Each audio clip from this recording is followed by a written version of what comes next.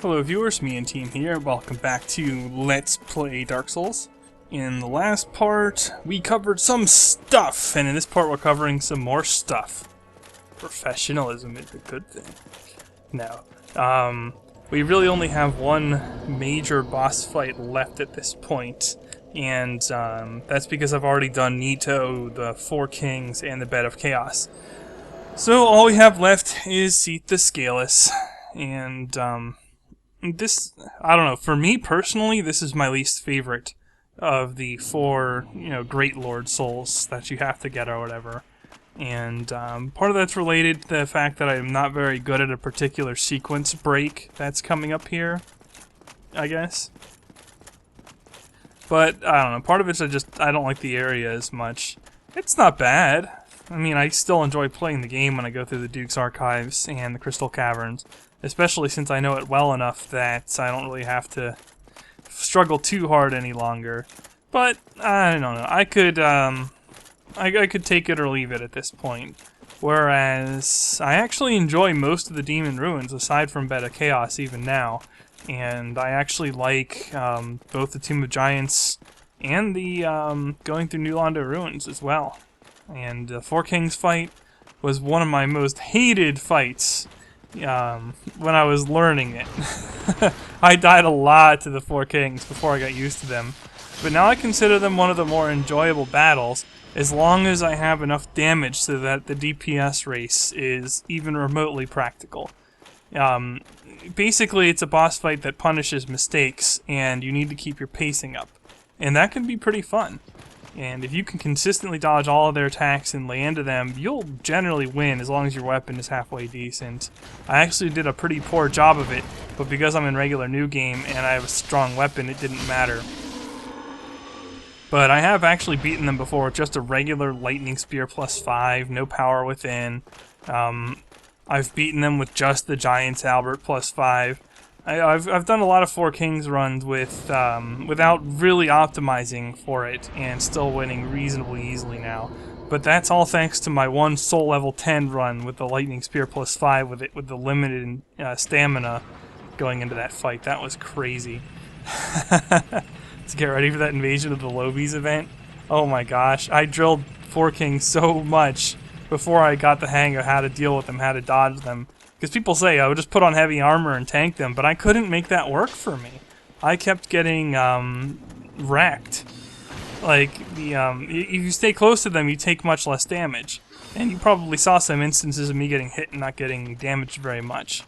But their follow-up hit, for whatever reason, they seem to create some separation, and then I get hit for a lot more damage against them. Maybe I just need to time it better, like when I'm attacking them so that I'm always close to them when they're hitting me, and then I could tank them, I don't know. But I think it's good practice to learn to dodge anyway, because once you get into higher new games, they hurt more regardless. But dodging always works. Yeah, apparently I'm doing a little bit of the Scold Shuffle here.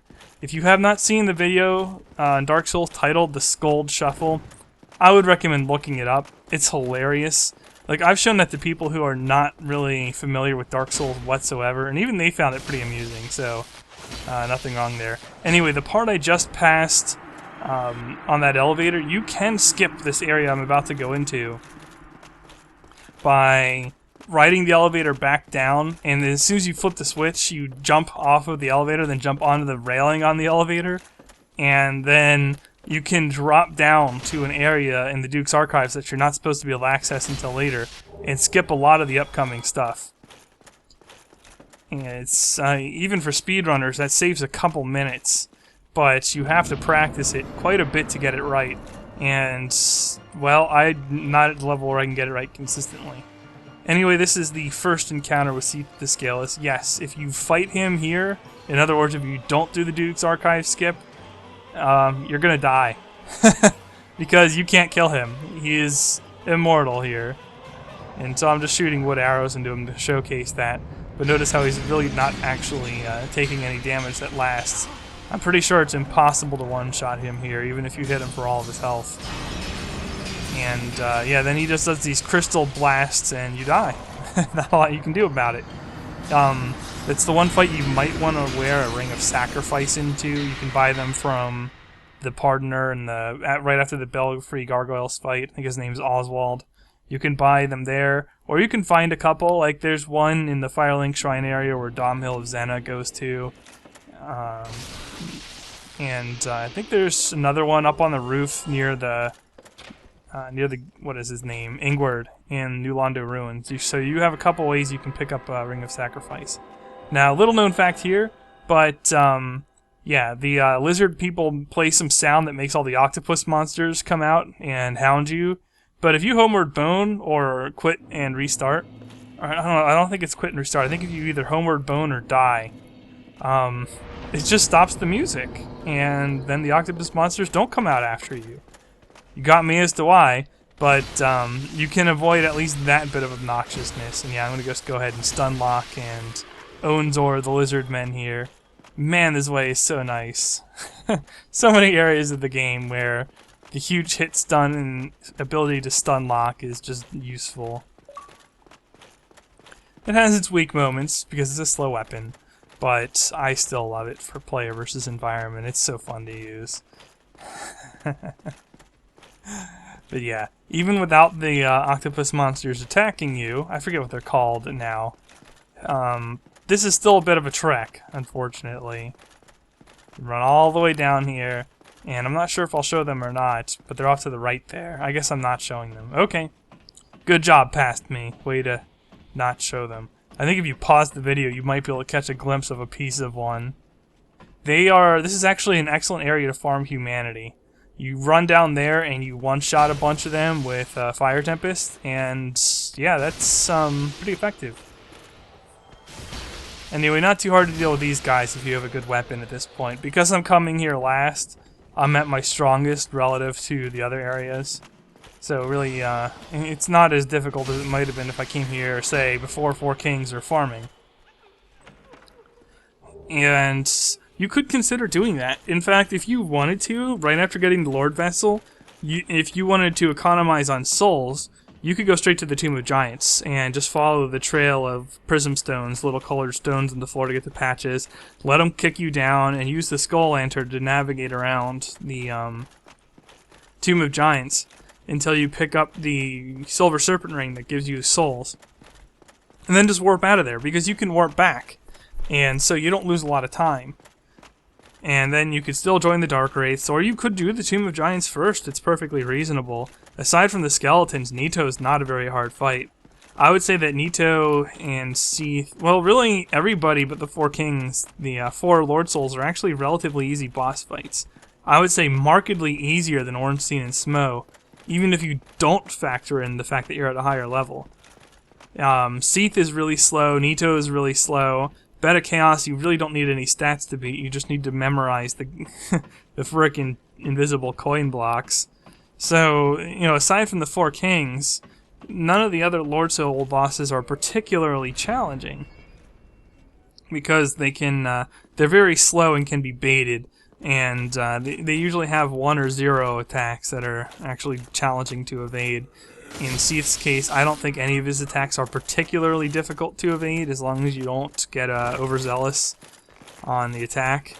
And it's the same thing with Nito. Other than his area of effect attack, you can just keep walking around him unlocked, and it's really hard for Nito to hit you. Even if you don't dodge roll, it's such a difference in difficulty compared to fighting the Four Kings. And eventually I'll get to my rematch with Seath the Scaleless here, and you'll see what I mean. But for now, running through the second half of Duke's Archives, one-shotting the channelers because they're annoying.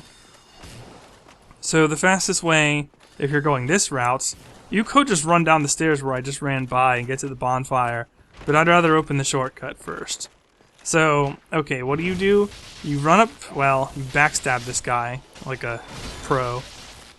Toggle, or not even toggle, what is it? Pivot BS, that's what it is. So, okay. You rotate this, then after rotating this, you run up, then you drop off the other one and rotate that one too, and you're good. Nice and simple. It looks complicated, but it isn't. Another pivot backstab. Man, backstabbing hollows has got to be the most challenging thing ever. Not so much.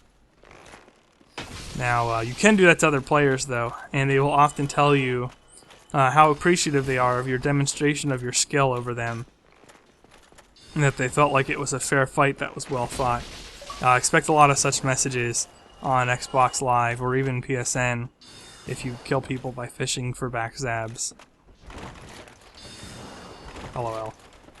Alright, so get rid of this guy first if you want. He's annoying. Or hit the wall and have him somehow partially hit you. I don't know.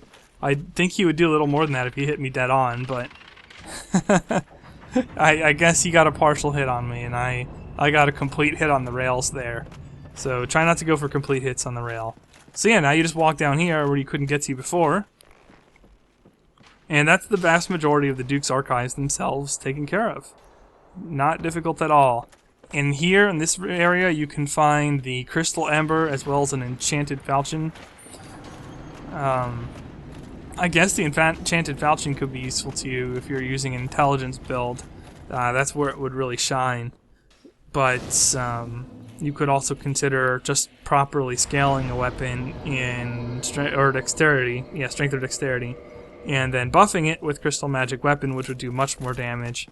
It's up to you, but with the Enchanted Falchion, at least you wouldn't have to buff it, but it would be weaker. Although still magic damage. So anyway, I'm pretty sure this is the Crystal Ember. I know there are some mimics in here. Unlike Anna Orlando and Sen's Fortress, I do not remember which chest exactly is a mimic. So rather than showcasing myself getting eaten alive by a treasure chest, I decided I'd just swat at them. And apparently we're good here. We kind of managed it. With the channeler equipment, aside from its looks, there's not a lot of reason to run it. But if you want to look like a channeler, well, there you go. Maxed swords like this, pretty nasty. There's your enchanted weapon. Not too useful for builds that aren't running intelligence, but it's there. And a rather easy to get ember. You just walk over there and take it, the Crystal Ember. Now, technically speaking, weapons upgraded down the Crystal path are some of the strongest weapons in the game. They take the same Titanite chunks and Titanite slab to upgrade to Crystal plus 5 as you need to use standard reinforcement plus 11 through 15. But they have higher base stats and the same scaling, or maybe they even have slightly better scaling. I'm not 100% sure on that. But regardless, if you are scaled in stats properly, crystal weapons are the best in the game by a stretch. Now, the problem with that is well, they have low durability because I think they have like, what, 1/6 of their durability or 1/10? I forget which it is. They have a significant durability decrease, and on top of that, you cannot repair them, ever. Repair powder doesn't work, the repair weapon spell and the intelligence builds, that doesn't work on them. You can't repair them with the repair box, none of the blacksmiths can do it. There's no known way, aside from, well, cheating, to repair a crystal weapon. So it will break. Eventually it'll go weapon at risk where it's weakened, then it'll break outright, and you just won't be able to repair it. Simple as that. So they have a limited life. Now, unfortunately, people who mule will take advantage of the fact that they start with 99 chunks and 99 slabs and go ahead and build crystal weapons that would take many, many, many hours to farm to get pretty much willy-nilly, and then claim that they're still not getting an advantage from using the mule. Not a fan of that personally. In fact, I don't like what the mule has opened up to newbie hackers and the prevalence of hackers on both PlayStation 3 and the Xbox either. I know some people only use it for making PvP builds, but even there I find it questionable because you can do some things with it that would take like 30 hours to farm for. And alright, clams. These things are a pain. They have pretty high poise damage, but you can stagger them. And oop, I get hit. And unfortunately I didn't get a second attack off. But this is bullcrap. Sorry, but that's bullcrap. I can get hit while I'm on the ground. I literally got hit on the ground and can't move. And then I get chucked up in the air and I still can't move. So pretty much I went from 3/4 of my health with high vitality to no health on chain attacks that after the first one couldn't really dodge. And if you have no poise, you can easily be killed outright in one hit, essentially, because after taking one hit, they'll just chain you. And I consider that somewhat garbage. Like, I can't hit people when they're on the ground. I can't even hit most enemies on the ground. I have to wait until they're at least getting up, or it doesn't work. But apparently, those particular monsters, not all of them, most mobs cannot do that to you. Like, if you get backstabbed by hollow thieves, for example, they don't get to curb stomp you while you're lying on the floor. But apparently the clams can do that. Something to bear in mind. So be very careful taking them on. I would recommend taking them on one at a time. And that's what I was going for there. But I didn't realize the one that was further away would aggro to me. So I screwed up. But I also got screwed over. I think it's ridiculous that you can get hit like that. Yeah, that's some New Game plus crap there, where you always die in one hit. But instead they hit me with that on New Game. Whatever. More poise! Less Serpent Ring. And I might have lived. Maybe. Actually, I probably would have, because I would have poised through the hit and stun locked it. So there you go. Either be more skillful or stack poise. Troll face. Everyone needs to stack poise. Stacking poise is the greatest. Except against fire hollows.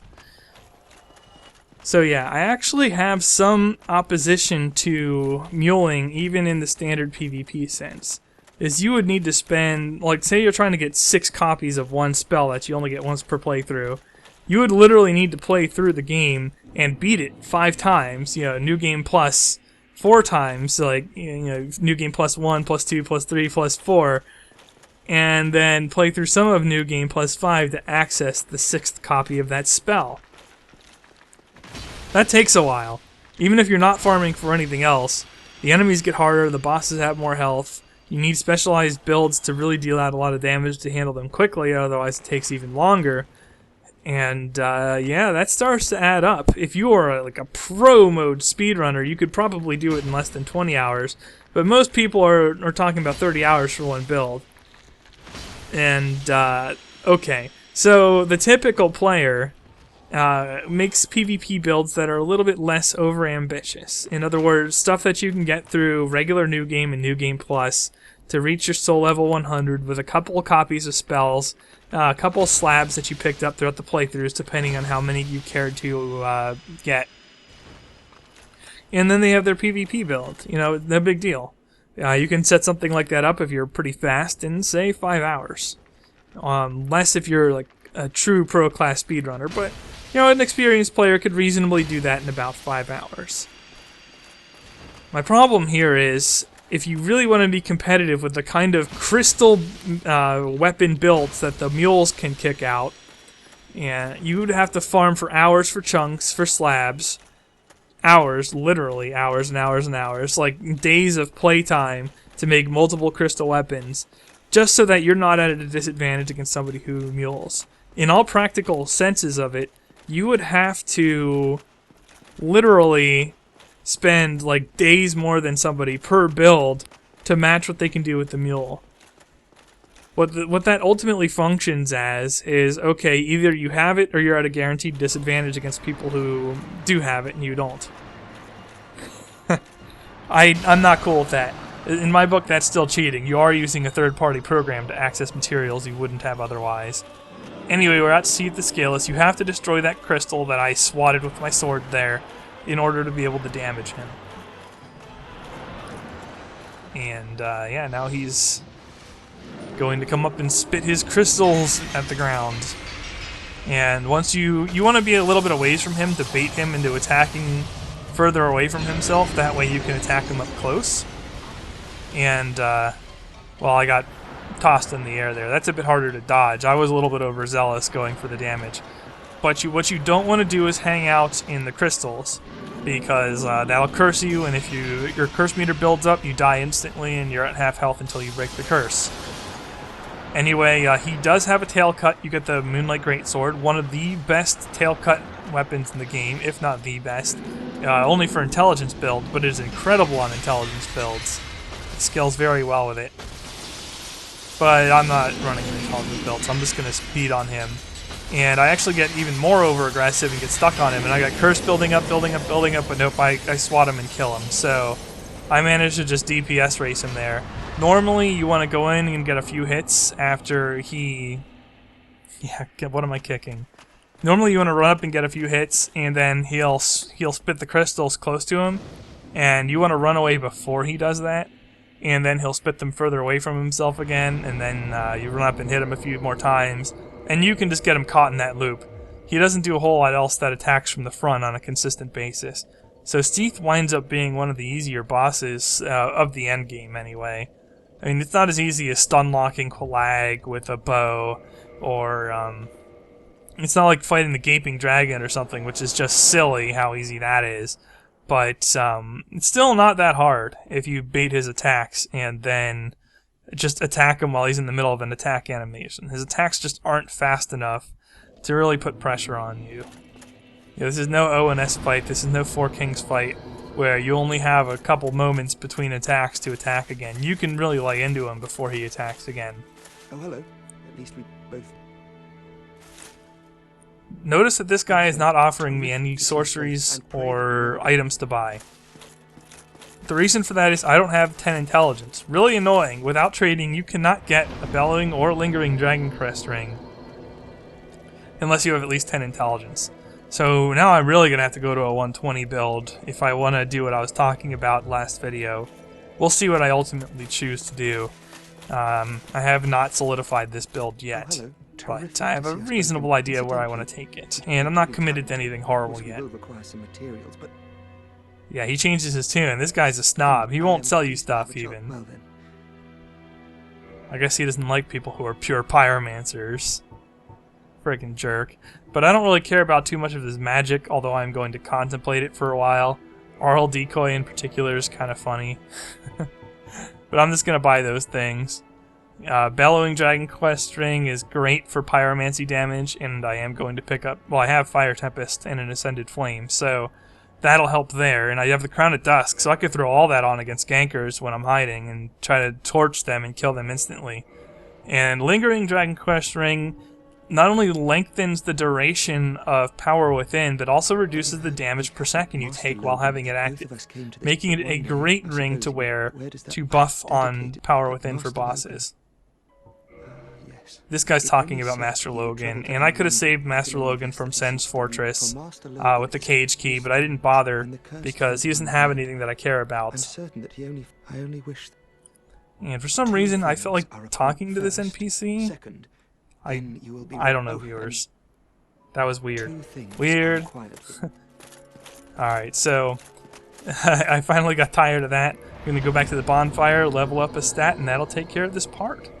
Hope you're enjoying the run, viewers. Me and team, signing off.